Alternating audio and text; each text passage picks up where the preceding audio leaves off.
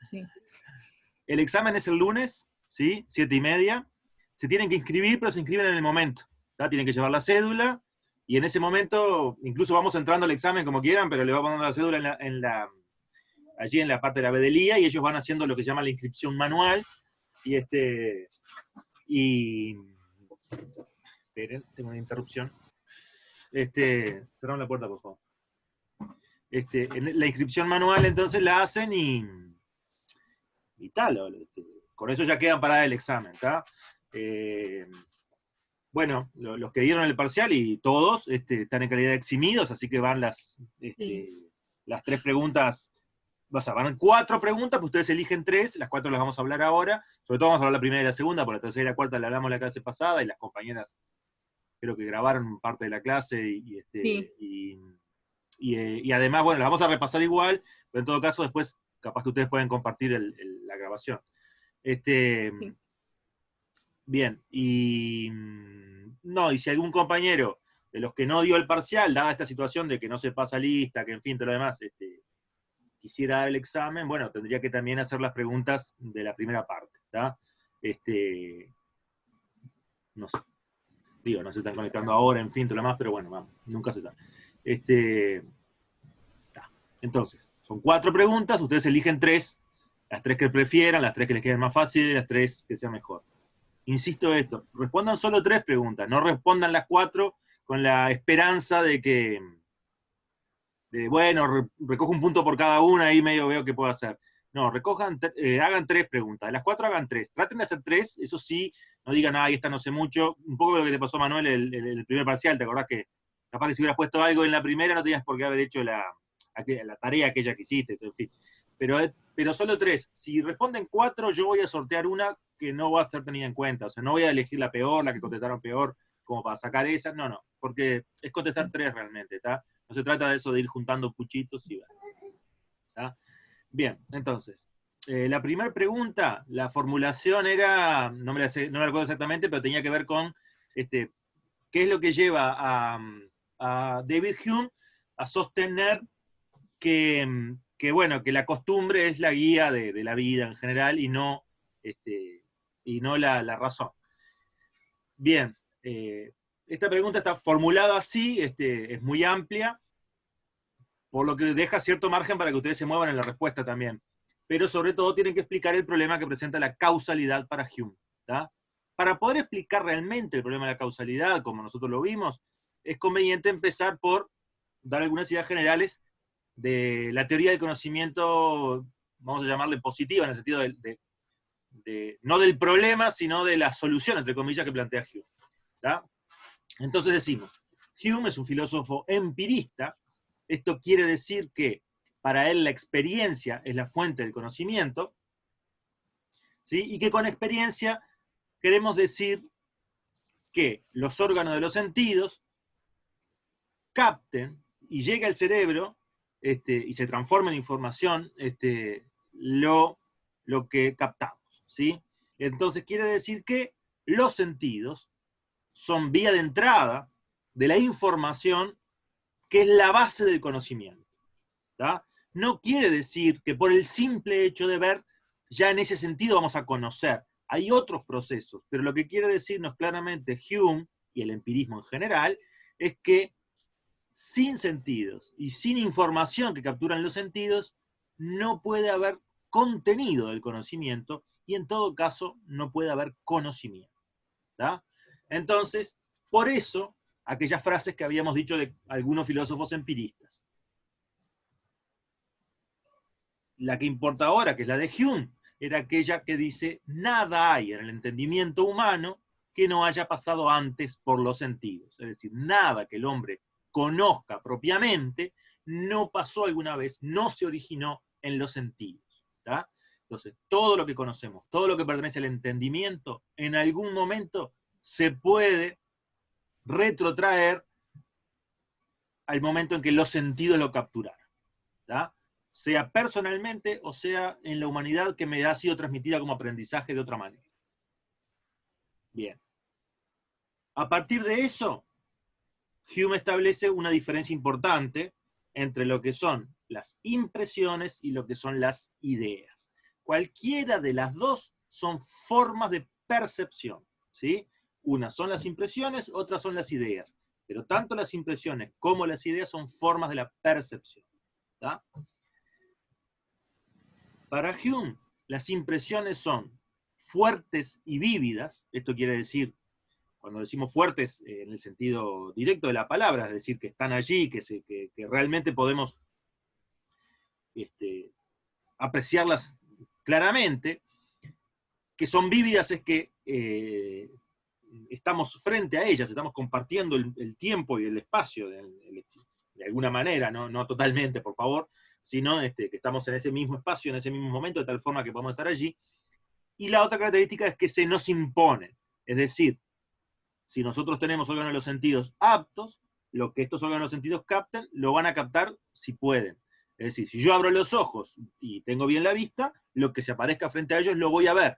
No puedo negar, no puedo prohibirme esta posibilidad. Es decir, para no ver tengo que cerrar los ojos. ¿Está bien?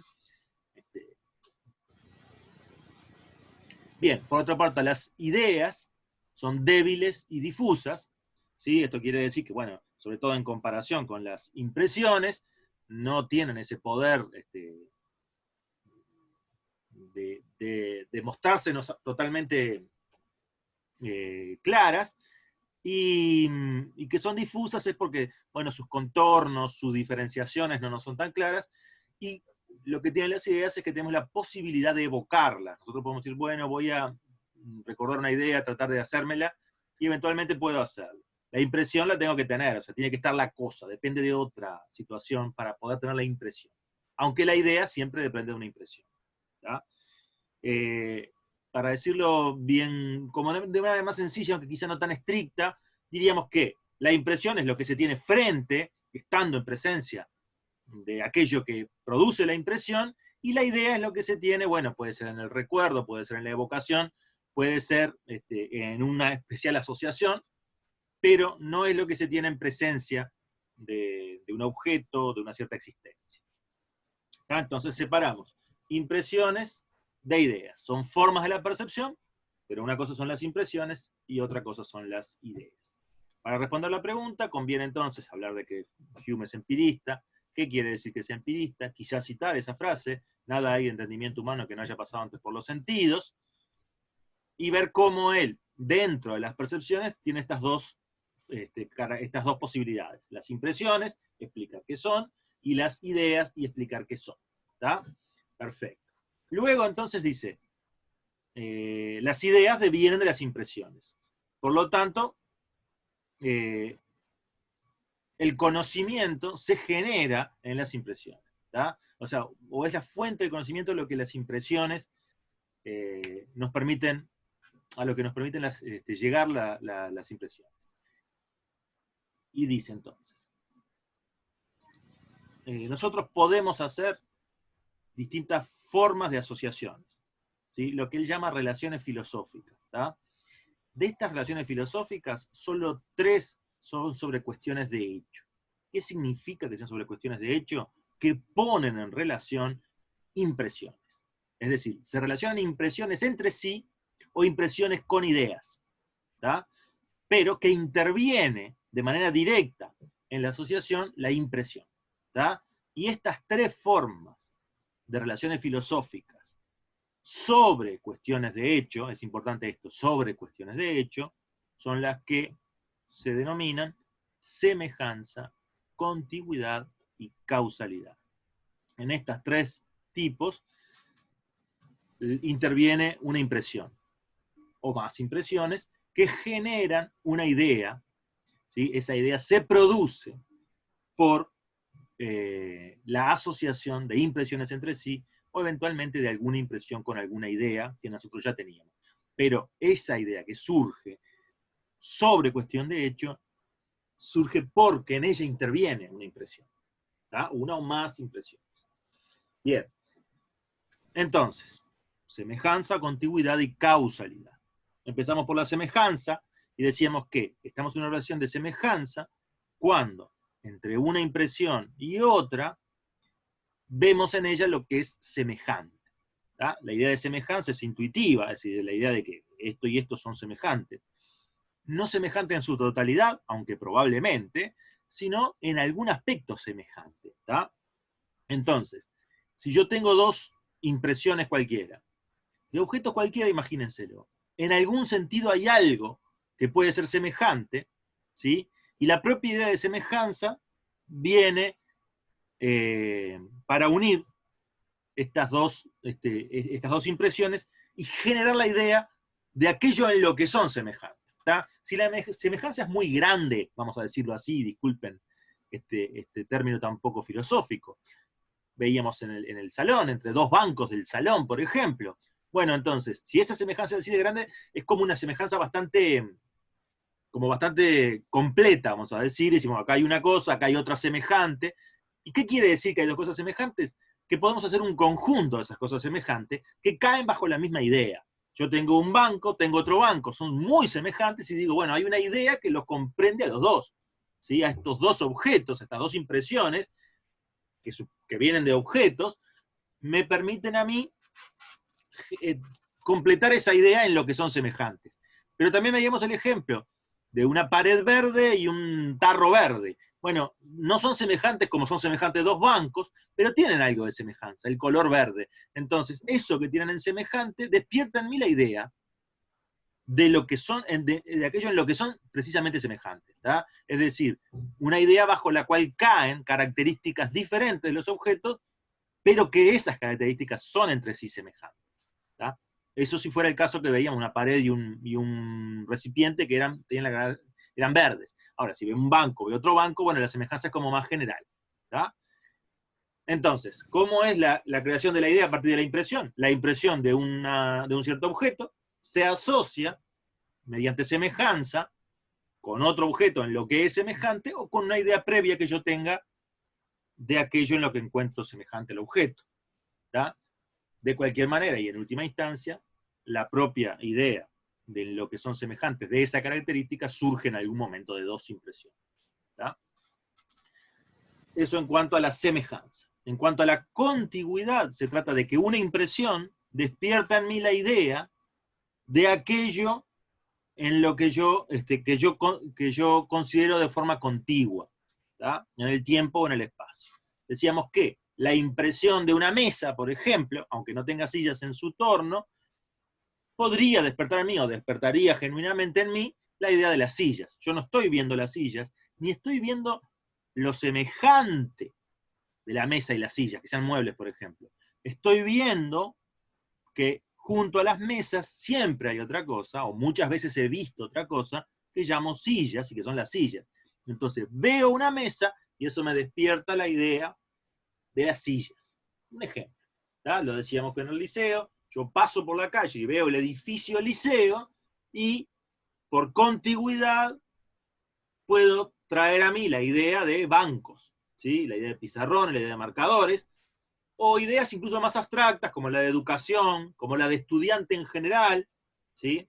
O increíblemente precisas las ideas como ese estudiante en particular, o aquel objeto determinado que está en la biblioteca, por ejemplo. Aunque yo no lo esté viendo, la impresión del liceo me retrotrae a eso. ¿tá? Y de la misma manera, entonces, una impresión, por una asociación que llamo contigüidad, despierta en mí una idea. ¿tá? Que puede ser una idea de tipo general o puede ser una idea de tipo particular, pero es una idea. ¿tá? Cuando digo una idea de tipo general, digo, bueno, la perspectiva veo el liceo y eso me despierta a mí la idea general de banco. ¿tá? Esto es una idea general, lo que es un banco, no estoy pensando en uno en particular, sino en los bancos. Veo el liceo y me acuerdo de tal ascripto, fulano de tal. Bueno, eso es una idea particular, pero no es que esté viendo fulano de tal, sino que al ver el liceo, eso me retrotrae la idea o me genera esa idea. ¿tá? Entonces ahí tengo por contigüidad. ¿tá? Entonces tenemos semejanza y contigüidad. La otra forma de asociación sobre cuestiones de hecho es la que Hume llama causalidad. ¿Qué quiere decir esta asociación? Cuando la impresión de un objeto o acontecimiento me permite a mí despertar la idea de aquello con lo que el objeto está relacionado de forma causal. Es decir, si ese objeto yo lo considero efecto en una relación causal X, al ver ese objeto, se me despierta la idea de lo que ese objeto causa. Si en esa relación el objeto que yo veo es la causa, la perspectiva de ese objeto, el ver ese objeto, el tener la impresión de ese objeto, despierta en mí la idea de lo que sería su efecto, ¿tá? De lo que lo efectuaría, vamos a decir así. ¿Tá? Entonces establecemos una relación causal entre distintos eventos o acontecimientos o objetos, y la visión, la impresión de uno me despierta, aunque yo no esté viendo, la impresión del otro que está relacionado con ello de forma causal. ¿Tá? Pero bueno, estas serían las tres y hay que nombrarlas realmente. Ahora, para contestar, y esto es importante porque lo que viene ahora, que es como el centro de la pregunta, no se logra entender sin esto. ¿Tá? Y esto, bueno, esta primera parte está en el primer resumen que yo les di de Hume y de empirismo en general, y esta segunda parte que vamos ahora es la que está sobre todo en el texto del propio Hume, que es un fragmento del abstract al Tratado de Naturaleza Humana. ¿Tá? Bueno, entonces Hume dice, ¿qué pasa con la causalidad? Él en el abstract empieza diciendo, bueno, en definitiva, si uno analiza bien, la causalidad es como la forma de relación más importante de todas. Porque en definitiva todas caen sobre esa idea. ¿Por qué? Porque si yo me fijo en la semejanza y en la contigüidad, esas dos relaciones, esas dos formas de asociación, se entienden a partir de la idea de causalidad, a partir de que hay la posibilidad de una causalidad, ¿sí? Es decir, ¿por qué se despierta en mí la idea de semejanza? Bueno, debo entender la impresión como causa y la idea como efecto. ¿Qué causa que se genere en mí una idea mediante semejanza? La impresión de un objeto. Es decir, sin una relación causal no se podría explicar la semejanza. Lo mismo pasa con la contigüidad, ¿sí? Por lo tanto, entonces, entender de qué va la idea de causalidad es importantísimo para la teoría del conocimiento de Hume. ¿Tá? Entonces él dice, bueno, ¿cómo puedo saber, cómo puedo probar si las relaciones causales que establecemos tienen sustento verdadero? Son verdad en el sentido duro de la verdad. Entonces él dice, bueno, analicemos. Y propone que, si encontramos un ejemplo lo suficientemente completo como para dar cuenta de otras relaciones causales, es decir, en el estudio de ese ejemplo, lo podemos como extrapolar a cualquier relación causal, bueno, en ese análisis habremos encontrado el problema, habremos encontrado la solución al problema, el propio problema, cómo tratarlo. Y él dice, bueno, él presenta entonces el ejemplo que vimos en la clase de la mesa de billar. ¿Tá? Está descrito así en el abstract, él en el abstract, y ese ejemplo enseguida aparece. Entonces él dice, he aquí una mesa de billar y una bola de billar que corre por la mesa en línea recta hacia otra que está quieta. Cuando esas dos chocan, la primera le comunica el movimiento a la segunda y la segunda se mueve también. ¿Tá? Entonces aquí nosotros establecemos una relación causal entre el movimiento de la primera y el movimiento de la segunda. Lo hemos hecho. Así lo entendemos. Entonces Hume dice que por este tipo de relaciones, nosotros lo que hacemos es, antes de ver incluso, y de eso se trata, de antes de ver que la primera bola choque a la segunda y la segunda se mueva, ya predecimos eso, ya lo podemos adelantar. ¿Sí? Me permite esto entonces, la impresión de una de las partes de la relación, me permite, por esa asociación que llamamos causalidad, despertar la idea de la otra. ¿Tá? Y esta es importantísima especialmente, no de las bolas de billar, sino la causalidad como fenómeno, para poder explicar también la semejanza y la contigüidad. Entonces, podría, dice Hume, ¿cómo puedo probar yo que la relación causal específica que planteo es lícita o se puede hacer? Entonces, ¿qué dice Hume? Bueno, para cualquier relación causal, yo necesito algunas condiciones. Dice, la primera condición es lo que él llama coexistencia. ¿Sí? Deben, lo que llamo efecto, lo que llamo causa y lo que llamo efecto, deben coexistir, aunque sea un momento. Porque si lo que yo llamo efecto, lo entiendo como existente a partir de su causa. Entonces no puede ser que la causa desaparezca y luego aparezca el efecto. ¿Sí? La causa debe mantenerse hasta que el efecto aparezca, porque si no el efecto no sería de esa causa, y por lo tanto la relación causal establecida sería falsa. La otra es la preeminencia de la causa respecto al efecto. En esa relación causal establezco que un objeto, circunstancia, hecho es la causa y otro es el efecto. Bien, la causa debe ser primero, ¿tá? Porque precisamente en esto que llamamos causa y efecto, lo que causa debe anteceder a lo que llamamos efecto. ¿Sí? No puede ser que lo que llamo causa sea anterior a lo que llamamos efecto. ¿Tá? Estas dos condiciones son necesarias. ¿Sí? Buenas. Buenas. Estamos grabando, te digo, por lo que ya empezábamos igual. Bárbaro. ¿Tá? Bien. Bien, preeminencia de la causa respecto al efecto y coexistencia de lo que llamamos causa y lo que llamamos efecto. Estas dos son necesarias.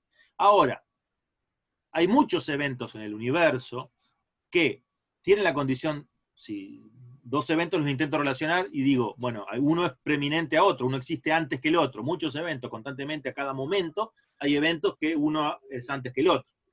Que eso tenga relación causal por ello no lo podemos saber.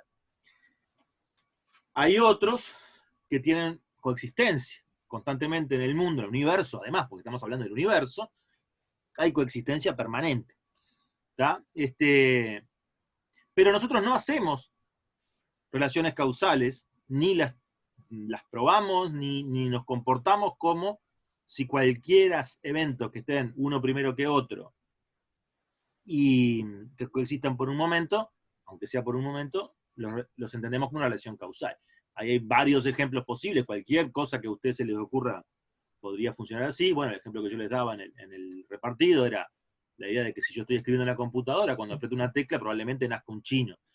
Por la cantidad de chinos que nacen a cada momento, probablemente eso suceda, y si yo aprieto una tecla, al ratito nace un chino. Y sin embargo yo no digo, aunque yo haya apretado la tecla y después haya nacido un cierto chino, o que yo al momento que apreté la tecla, mientras todavía tenía el dedo pausado y lo levanté, en ese momento es que dio a luz su madre a su hijo en China, digo que hay una relación causal. No digo que haya una relación causal entre que yo aprieto la tecla y nazca el niño.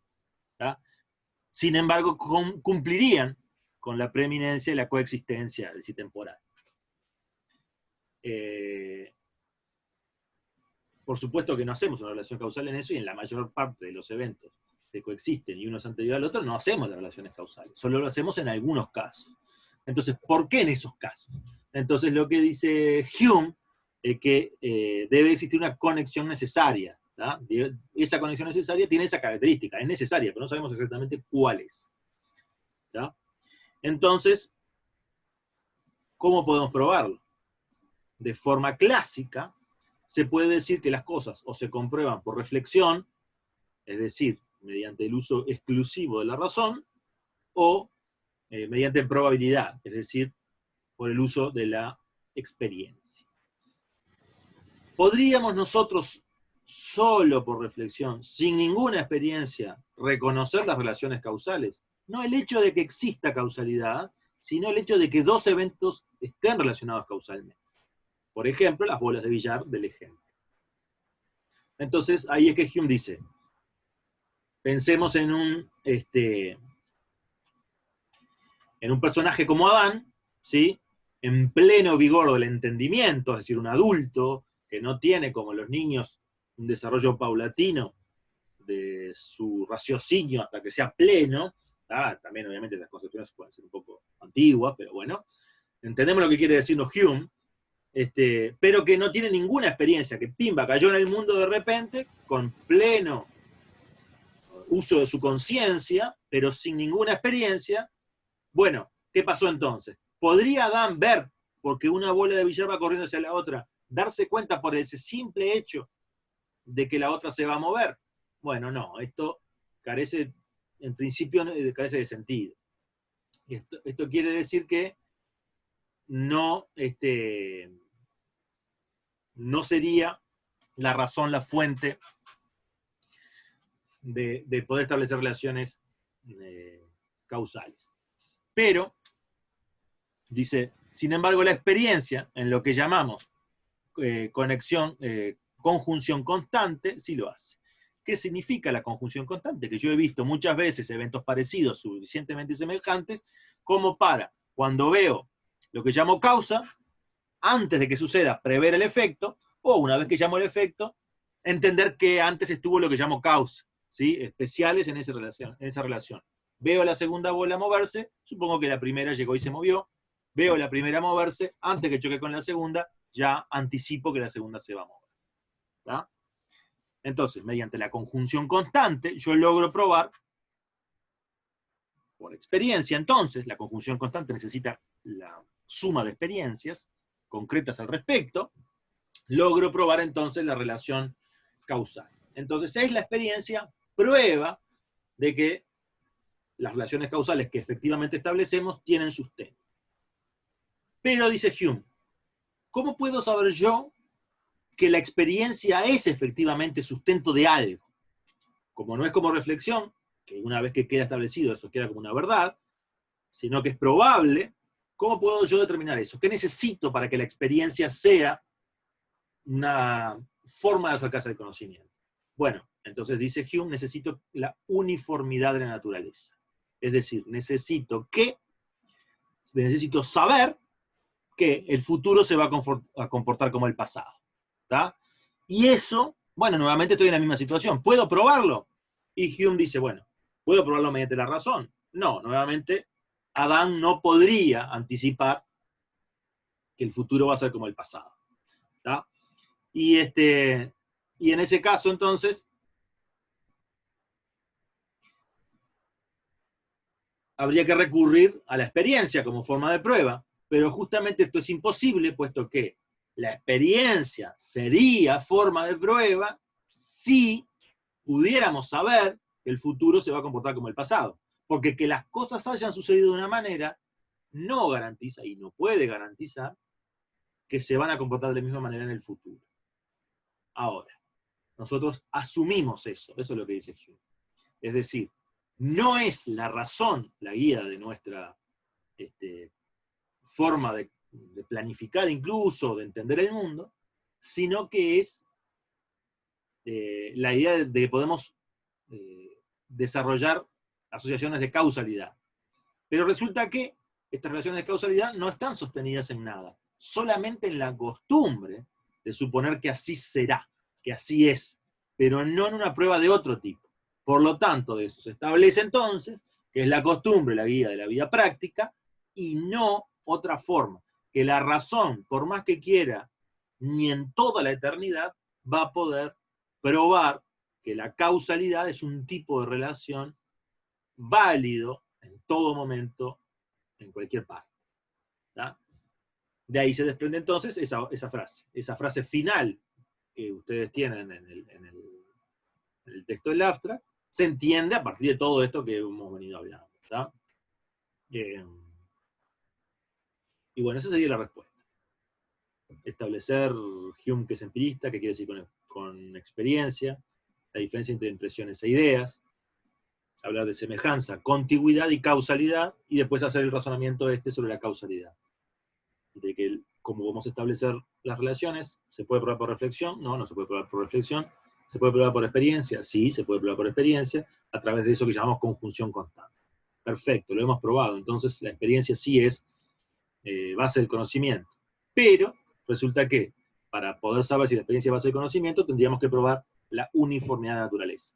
Cuando lo vamos a probar por reflexión, no podemos. Cuando lo vamos a probar por experiencia, estamos imposibilitados, porque la uniformidad de la naturaleza es un requisito previo para que la experiencia pueda ser fuente del conocimiento. Así que quedamos en ese lugar, digamos, a un paso del escepticismo, pese a que Hume no se lo plantea. O sea, que Hume no pretende ser escéptico, sino que pretende dar lineamientos para una teoría, para una gnoseología posible. ¿Está? ¿Alguna duda con esto? No. ¿No? Está. Si no hay dudas, entonces hacemos esto. Voy a parar esto para que quede la grabación